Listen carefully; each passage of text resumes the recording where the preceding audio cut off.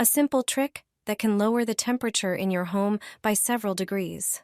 The key is one small addition that makes the effect surprisingly strong.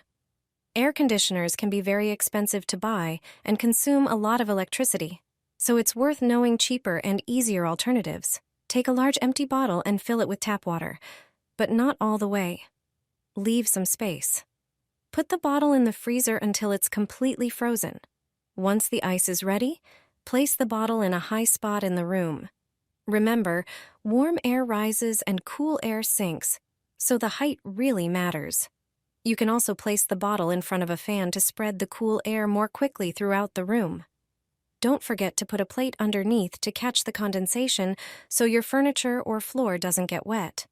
Now comes the secret ingredient that makes this method so effective. Adding table salt to the water, about 10% salt to 70% water, helps the ice last longer and cool the room more efficiently. With this simple trick, your home will feel pleasantly cool, and you can survive the heat without an air conditioner.